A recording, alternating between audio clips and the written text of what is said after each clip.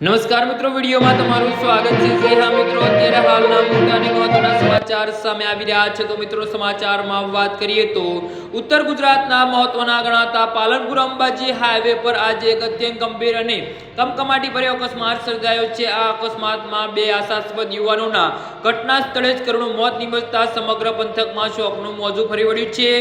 મળતી વિગતો અનુસાર પાલનપુરથી અંબાજી તરફ જતા હાઈવે પર મુમનવાસ પાટિયા પાસે પૂરપાટ ઝડપે આવી રહેલી એક કાર અને મોટરસાયકલ વચ્ચે જોરદાર ટક્કર થઈ હતી। અકસ્માત એટલો ભીષણ હતો કે બાઇક પર સવાર બંને વ્યક્તિઓ હવામાં ફંગોળાઈને દૂર ફેંકાયા હતા। ગંભીર ઇજાઓ થવાના કારણે સ્થળ પર જ પ્રાણ પંખેડા ઉડી ગયા હતા અને અકસ્માત બાદ હાઈવે પર ટ્રાફિક જામના દ્રશ્યો સર્જાયા હતા અને લોકોના ટોળે ટોળા ઉમટી પડ્યા હતા। તો સ્થાનિક લોકોના જણાવ્યા અનુસાર કારની સ્પીડ ખૂબ જ વધારે હતી, જેના કારણે ચાલકે કાબુ ગુમાવ્યો હોવાની આશંકા છે અને ઘટનાની જાણ થતાની સાથે જ નજીકની પોલીસ ટીમ ઘટના સ્થળે પહોંચી હતી અને પોલીસે મૃતકોના મૃતદેહને પોસ્ટમોર્ટમ માટે સિવિલ હોસ્પિટલ ખાતે ખસેડ્યા છે।